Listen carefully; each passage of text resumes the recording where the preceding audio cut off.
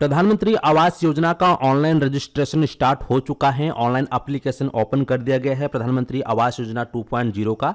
जैसा कि आप लोग देख पाएंगे 1 करोड़ नवीन आवासों के लिए ऑनलाइन आवेदन शुरू हो चुके हैं। तो अगर अभी तक आपका पक्का घर नहीं बना है और आप लोग प्रधानमंत्री आवास योजना के अंतर्गत आवास योजना का लाभ लेना चाहते हैं तो इसका ऑनलाइन एप्लीकेशन ओपन कर दिया गया है। अब आपको कहीं पर भी जाने की आवश्यकता नहीं है, घर बैठे मोबाइल फोन के माध्यम से ही ऑनलाइन आवेदन कर सकते हैं। तो आज के इस वीडियो में हम आपको रजिस्ट्रेशन करने से लेकर फॉर्म प्रिंट आउट निकालने तक का कंप्लीट प्रोसेस बताएंगे, साथ ही साथ पैसे आने तक का भी कंप्लीट प्रोसेस बताने वाला हूं। तो वीडियो में शुरू से लेकर अंत तक बने रहें और वीडियो को शुरू से लेकर अंत तक देखते रहें। तो चलिए शुरू करते हैं। प्रधानमंत्री आवास योजना में ऑनलाइन हमें आवेदन किस प्रकार से करना है। तो वीडियो में आगे बढ़ने से पहले आपसे एक छोटी सी रिक्वेस्ट है कि अगर चैनल पे पहली बार आए हैं तो फटाफट चैनल को सब्सक्राइब कर लीजिए और साथ ही साथ नोटिफिकेशन बेल आइकन को ऑल पे क्लिक करके ऑन कर लीजिए ताकि आपको समय समय पे सरकारी योजनाओं के लाभ मिलते रहें। तो प्रधानमंत्री आवास योजना में ऑनलाइन आवेदन करने के लिए सबसे पहले आपको इसकी ऑफिशियल साइट पर आना होगा। इसका लिंक मैं आपको अपने वीडियो के डिस्क्रिप्शन बॉक्स में दे दूंगा, ठीक है। तो यहां पे आने के बाद आपका जो पोर्टल कुछ इस प्रकार से ये ओपन हो जाएगा। यहां आपको ऑप्शन दिखाई देगा अप्लाई फॉर PMAY 2.0। आपको इसी वाले ऑप्शन पे क्लिक कर देना है। जैसे ही आप इस ऑप्शन पे क्लिक करते हैं तो आपके सामने इस प्रकार से प्रधानमंत्री आवास योजना अर्बन 2.0 का ऑप्शन आ जाता है। साथ ही साथ यहां पर इंस्ट्रक्शन फॉर द यूजर का जो है आ जाता है, जहां पर आपको कुछ टर्म्स एंड कंडीशन बताए गए हैं जो कि आप पढ़ सकते हैं। इसके बाद फिर आप यहां पे क्लिक टू प्रोसीड ऑप्शन पे क्लिक करेंगे। क्लिक टू प्रोसीड ऑप्शन पे क्लिक करने के बाद आपके सामने इस प्रकार से आवश्यक दस्तावेज आ जाएगा। यानी कि जब भी आप ऑनलाइन फॉर्म अप्लाई कर रहे होंगे तो ऑनलाइन फॉर्म अप्लाई करते समय आपको कौन कौन सी डॉक्यूमेंट्स की आवश्यकता होगी, तो उसके बारे में यहाँ पे हिंदी और इंग्लिश दोनों में बताया गया है। तो जैसा कि आप लोग देख सकते हैं, बताया गया है कि प्रधानमंत्री आवास योजना 2.0 योजना के अंतर्गत अपनी मांग प्रस्तुत करने से पहले कृपया सुनिश्चित करें कि आपके पास निम्नलिखित दस्तावेज तैयार हैं। जैसे कि आपके पास आपका आधार कार्ड होना चाहिए, आपके परिवार के सदस्यों का आधार कार्ड होना चाहिए, आपके पास एक बैंक खाता होना चाहिए ताकि जो पैसा है वो आपके बैंक अकाउंट में आ सके, और साथ ही साथ आपका एक प्रमाण पत्र होना चाहिए जो कि इनकम सर्टिफिकेट, जिसको कि हम आय प्रमाण पत्र कहते हैं, वो अगर आपका नहीं बना है तो बनवा लीजिए। साथ ही साथ जौन से जमीन पे, जिस भूमि पे आप लोग अपने उस घर का निर्माण करना चाहते हैं, पक्का मकान बनाना चाहते हैं, उस जमीन का कोई भी रजिस्ट्री हो या फिर कोई उस जमीन का जो प्रूफ है, दस्तावेज है, वो आपके पास मौजूद होने चाहिए। अगर सभी डॉक्यूमेंट्स आपके पास मौजूद हैं तो फिर आप प्रोसीड ऑप्शन पे क्लिक करेंगे। प्रोसीड ऑप्शन पे क्लिक करने के बाद यहां पर आपका जो भी स्टेट है, आप सबसे पहले अपना स्टेट का चयन करेंगे। इसके बाद आपकी जो एनुअल इनकम है, यानी कि सालाना आपकी कितनी इनकम होती है, जो आपने अपना इनकम सर्टिफिकेट बनवाया हुआ है, उस इनकम सर्टिफिकेट पे जो इनकम दर्शाई गई है वह जो है इनकम आपको यहां पर डाल देनी है। इसके बाद यहां पर सिलेक्ट वर्टिकल आ जाता है, जहां पर आपको 3 ऑप्शन देखने को मिलता है। पहला है बेनिफिशियरी लेड कंस्ट्रक्शन, दूसरा है अफोर्डेबल हाउसिंग इन पार्टनरशिप, तीसरा है इंटरेस्ट सब्सिडी स्कीम। तो यहाँ पे आपको 3 ऑप्शन दिखाए गए हैं। अगर आप पीएम आवास योजना का पूरा लाभ लेना चाहते हैं तो आप बेनिफिशियरी लेड कंस्ट्रक्शन पे क्लिक करेंगे, लेकिन आप प्रधानमंत्री आवास योजना के अंतर्गत सिर्फ सब्सिडी लेना चाहते हैं तो आप तीसरे ऑप्शन का सिलेक्शन करेंगे। तो यहाँ पे जो है हम पूरा का पूरा लाभ लेना चाहते हैं तो हम बेनिफिशियरी लेड कंस्ट्रक्शन पे क्लिक करेंगे। इसके बाद यहाँ पर आपके सामने ऑप्शन आता है do you want to pukka house anywhere in India. क्या आपके जो है आपका कोई और मकान है इंडिया में? अगर है तो आप यस करेंगे, अदरवाइज नो पे क्लिक करेंगे। साथ बताया गया है कि हैव यू अवेलेड जो है benefit under any housing scheme of central state government in past 20 years. तो अगर आपने पिछले 20 सालों में गवर्नमेंट के माध्यम से, चाहे वो राज्य सरकार हो या केंद्र सरकार से, अगर आपने हाउसिंग के अंतर्गत कोई भी लाभ लिया है गवर्नमेंट से, तो अगर आपने लिया है पिछले 20 सालों में, चाहे राज्य सरकार से केंद्र सरकार से, तो यस करेंगे, अदरवाइज नो पे क्लिक करेंगे, ठीक है। इसके बाद आप एलिजिबिलिटी चेक पर क्लिक करेंगे। जैसे ही आप एलिजिबिलिटी चेक पे क्लिक करते हैं, अगर आप एलिजिबल रहते हैं तो आपके सामने इस प्रकार से कंसेंट फॉर आधार ऑथेंटिकेशन का पेज आ जाता है। अब यहां पर आपको अपने आधार के माध्यम से ही इसमें अपना पंजीकरण करना है, यानी कि रजिस्ट्रेशन करना है। तो एक चीज का आपको ध्यान ये भी रखना है कि जो भी व्यक्ति यहाँ पे अप्लाई कर रहे हैं उनके आधार में जो है मोबाइल नंबर का लिंक होना बहुत ज़्यादा जरूरी है, क्योंकि जब यहाँ पे आप ऑथेंटिकेशन करेंगे तो आपके आधार में ओटीपी जो नंबर लिंक होगा उस पर ओटीपी आएगा, ओटीपी डाल के ही आप रजिस्ट्रेशन कर सकते हैं। तो यहाँ पर जो भी आपका आधार कार्ड नंबर है, कार्ड नंबर डालेंगे। आधार कार्ड नंबर डालने के बाद जैसा आपके आधार कार्ड में नाम है वैसा नाम आप यहाँ टाइप करेंगे। इसके बाद आप इस वाले बॉक्स पे टिक करेंगे और फिर आप जनरेट ओटीपी पर क्लिक करेंगे। तो जैसे ही आप जनरेट ओटीपी पे क्लिक करते हैं तो आप देखेंगे कि आपके आधार में जो नंबर लिंक है उस नंबर पे यहाँ पर ओटीपी भेजा गया है, तो ओके पर हम क्लिक करेंगे।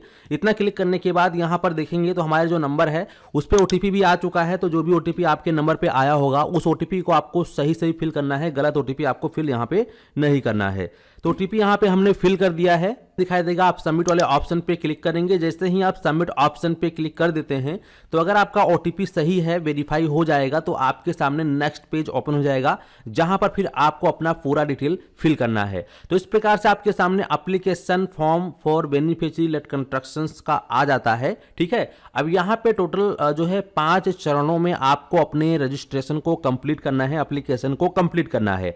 तो यहाँ पे देखेंगे कि आपका नाम, आपका आधार नंबर पहले से आ चुका है। अगर आपका पैन कार्ड बना हुआ है तो पैन कार्ड नंबर आप यहाँ डाल सकते हैं। अगर पैन कार्ड नहीं भी बना है तो आप इसको छोड़ सकते हैं। छोड़ कैसे सकते हैं? देखो यहाँ पर पैन नंबर के ठीक सामने कोई भी रेड कलर का स्टार नहीं बना है, यानी कि जितने भी ऑप्शन के सामने यहाँ पर रेड कलर के स्टार बने हैं उनको फिल करना मैंडेटरी है। और जिन ऑप्शन के सामने रेड कलर के स्टार नहीं बने हैं, अगर आपके पास वो जानकारी नहीं है तो उसको आप जो है छोड़ सकते हैं, फिल करने की कोई आवश्यकता नहीं है। ठीक है, इसके बाद यहाँ पर जो भी आपका जन्म तिथि है आपके आधार के अकॉर्डिंग वह डालोगे। अपना मोबाइल नंबर यहाँ डालोगे। ईमेल आईडी होगा तो यहाँ पे ईमेल आईडी डाल दीजिएगा। आपका जो भी जेंडर है आप यहाँ से अपने जेंडर का चयन कर लेंगे, मेल फीमेल जो भी हैं। इसके बाद जो भी आपका वैवाहिक स्थिति है वह आप यहाँ से सेलेक्ट करेंगे। शादी हो गई है तो मैरिड करेंगे, शादी नहीं हो तो अनमैरिड करेंगे, सिंगल है, सेपरेट, ये जैसे भी हैं वो आप अपने हिसाब से यहाँ पर सेलेक्ट कर लेंगे। उसके बाद फिर आपको अपने फादर का नाम डालना है। तो यहाँ पर जो भी आपके फादर का नाम है वैसा आपका अपना फादर का नाम डाल देना है। आपके फादर का जो भी आधार कार्ड नंबर है वह यहाँ डालेंगे। और यहाँ पर जो आपके माताजी का नाम होगा, माताजी का नाम आप यहाँ डालेंगे। आपके माताजी का जो आधार संख्या है वो आप यहाँ वाले ऑप्शन में डालेंगे। इसके बाद जो रोजगार की स्थिति है वो आपकी क्या है, आप वर्तमान में क्या काम करते हैं, खुद का मतलब खुद का अगर कोई काम है तो सेल्फ एम्प्लॉयड करेंगे। अगर आप कहीं नौकरी करते हैं, आपको हर महीने सैलरी मिलती है तो सैलरी का ऑप्शन सेलेक्ट करेंगे। रेगुलर वेज यानी कि आप रोज काम करते हैं, रोज कमाते हैं, वैसा वाला सिस्टम है। जैसे कि मान लीजिए आप गली गली घूम घूम के काम करते हैं तो ऐसे में आप रेगुलर वेज का ऑप्शन सेलेक्ट करेंगे।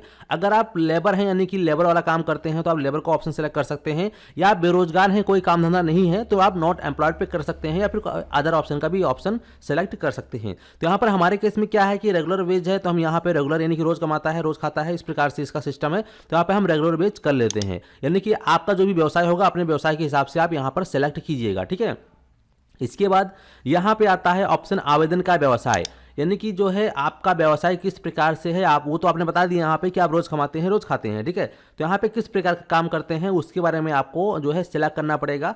जैसे कि कॉन्ट्रैक्टर हैं, कंसल्टेंट हैं, कुक हैं, या इसमें से जो भी आपका है वो आप अपने हिसाब से सिलेक्ट करें। हेल्पर हैं या वर्कर हैं, तो यहाँ पे हमारे केस में ये हेल्पर है तो हेल्पर को हम सेलेक्ट कर लेते हैं। इसके बाद यहाँ पे धर्म इसका क्या है वो आप सेलेक्ट करेंगे। जैसे कि हिंदू, मुस्लिम, क्रिश्चियन, सिख, इस प्रकार से तमाम प्रकार के आपको यहाँ पर जो है धर्म के आपको मिल जाएंगे नाम। तो आपका जो भी धर्म होगा अपने धर्म के हिसाब से यहाँ पे धर्म का सिलेक्शन करेंगे।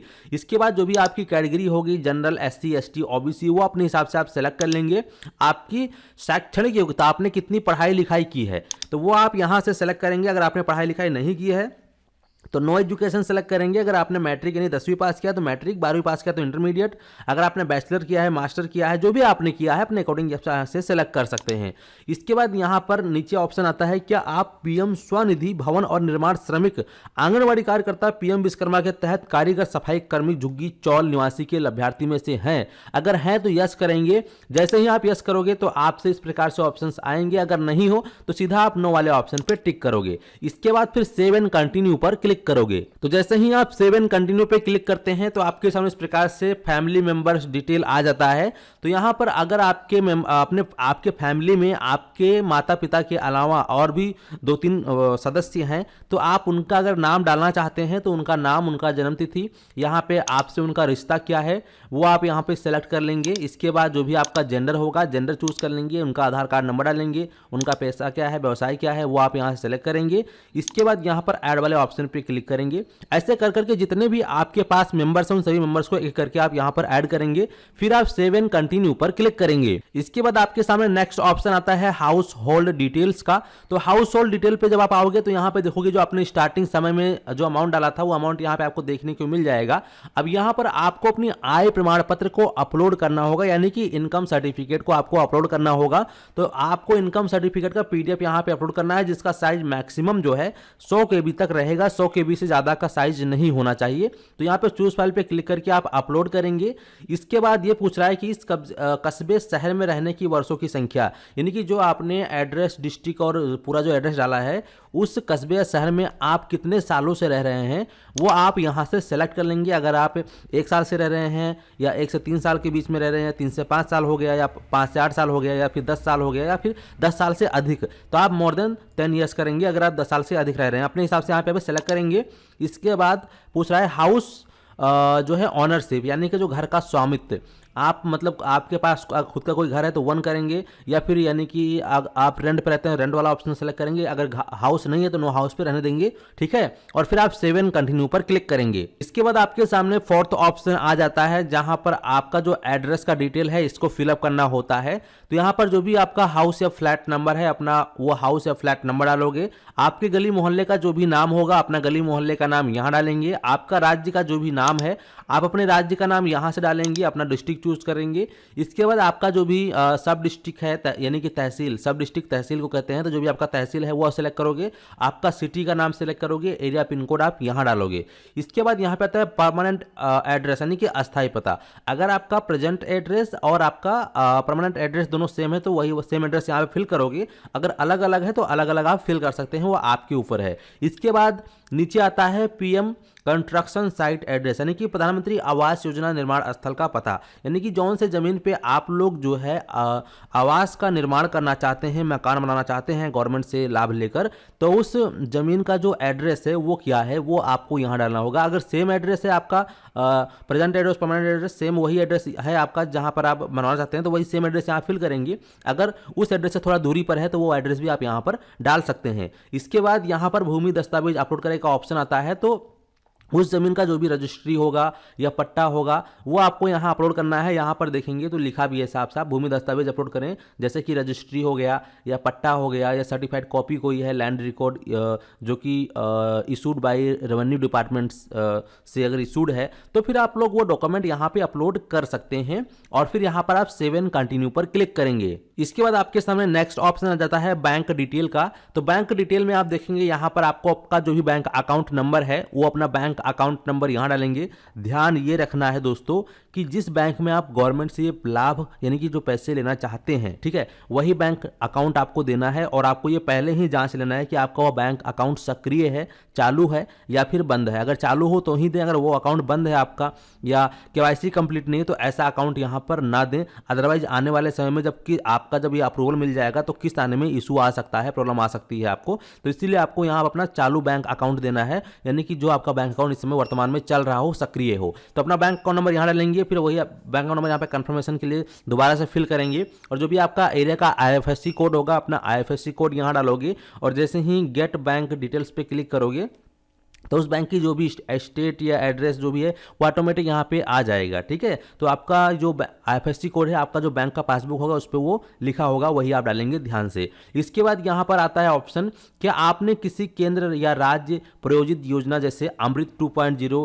SBMU 2.0 और फिर DAY, NULM, NHM या फिर PM सूर्य घर मुफ्त बिजली योजना, आयुष्मान भारत, उज्ज्वला योजना, उजाला आदि के तहत लाभ उठाया है? अगर आपने लाभ उठाया हुआ है तो आप यस करेंगे, अदरवाइज आप नो पे क्लिक करेंगे, ठीक है। इसके बाद यहाँ पे आपका ऑप्शन आता है self undertaking bye applicant under BLC vertical of PMYU 2.0 के तहत जो है स्व उपक्रम। तो आप जो है इन दोनों पे एक एक करके टिक करेंगे और टिक करने के बाद फाइनल सेव पर क्लिक करेंगे, ठीक है। जैसे ही आप फाइनल सेव वाले बटन पे क्लिक कर देते हैं तो आपका यहाँ पर जो एप्लीकेशन है अप्लाइड हो जाता है और ये सीधा जो है जो इसके अधिकारी लोग हैं वहाँ पे जाएगा। उसके बाद वो लोग जो अपने एड्रेस दे उस एड्रेस पर आकर एक बार वेरिफिकेशन करेंगे और दिए गए जानकारी के अनुसार अगर वहाँ पर जो अधिकारी आता है जाँच करता है, अगर सही पाया जाता है तो ऐसे में आपका एप्लीकेशन अप्रूव्ड कर दिया जाता है। और एक बार आपका एप्लीकेशन अप्रूव्ड हो जाता है तो अप्रूव्ड होने के बाद जो आपका किस्त है, पहली किस्त आपके बैंक अकाउंट में आ जाएगा, जिसके बाद अपने घर का निर्माण करना शुरू कर सकते हैं। और उसके बाद जो है फिर आधे जब आपका फर्स्ट किस्त का निर्माण चालू हो जाएगा तो आपको फिर फोटो वोटो खिंचवाकर जियो टैगिंग करवानी होती है, फिर जाकर आपका सेकंड किस्त आता है। और जब छत डलवाने होते हैं तब दोबारा से आपको फोटो अपलोड करवानी होती है, जाकर तीसरा किस्त आपको मिलता है। तो इस प्रकार से एक एक करके आपके सभी किस्तें आज जो आपके बैंक अकाउंट में ट्रांसफर हो जाएगी। उसका स्टेटस किस प्रकार से चेक करेंगे, तो स्टेटस चेक करने के लिए आपको होम वाले ऑप्शन पे चले आना है। ठीक है, जैसे आप होम वाले ऑप्शन पे आओगे तो यहाँ आपको ऑप्शन दिखाई देगा लॉगिन का। ठीक है, लॉगिन वाले ऑप्शन पे आओगे, यहाँ आपको ऑप्शन दिखाई देगा एप्लीकेंट लॉगिन। आप एप्लीकेंट लॉगिन पे क्लिक करोगे और यहाँ पे आप अपना आधार कार्ड नंबर और नेम एज पर आधार, जैसा आपके आधार पे नेम है वैसा नेम यहाँ डालोगे और जनरेट ओटीपी पे क्लिक करोगे। इतना क्लिक करते ही आपके आधार पे फिर से ओटीपी आएगा, मोबाइल नंबर पे ओटीपी डालोगे और जैसे सबमिट करोगे तो आपका जो भी वर्तमान में एप्लीकेशन की स्थिति है वो आपको देखने को मिल जाएगा। अगर आपका पहला किस्त आ चुका होगा तो फिर आपसे जो फोटो वो अपलोड करने के लिए बोला जा रहा होगा, तो आपको अपने मोबाइल से फोटो खींच के जियो टैगिंग करके यहाँ से अपलोड करनी होगी। तो एक एक करके जो भी आपका रुका हुआ किस्त है ऑटोमेटिक आ जाएगा। तो इस प्रकार से आप लोग घर बैठे बिल्कुल फ्री में प्रधानमंत्री आवास योजना के लिए ऑनलाइन आवेदन कर सकते हैं। और यह योजना दोस्तों फिलहाल जो है शहरी क्षेत्रों के लिए है। अगर आप लोग ग्रामीण क्षेत्र से आते हैं तो ग्रामीण आवास योजना ऑनलाइन आवेदन किस प्रकार से करना है, अगर आप लोग उस पर वीडियो चाहते हैं तो फटाफट वीडियो के कमेंट सेक्शन में कमेंट करके आप लोग बताइएगा। तो जल्द ही मैं जो है ग्रामीण आवास योजना का भी वीडियो आप सभी के लिए प्रस्तुत करूंगा, ताकि जितने भी ग्रामीण इलाके के लोग हैं वह लोग भी हमारे वीडियो के माध्यम से देखकर प्रधानमंत्री आवास योजना के लिए ऑनलाइन आवेदन कर पाएं। तो अगर आप लोग ग्रामीण क्षेत्र से आते हैं तो वीडियो के कमेंट सेक्शन में प्रधानमंत्री आवास योजना ग्रामीण करके आप लोग कमेंट करते चले जाइएगा। कमेंट खूब सारा कमेंट अगर आ गया तो मैं जो है कल या परसों ही वीडियो बनाकर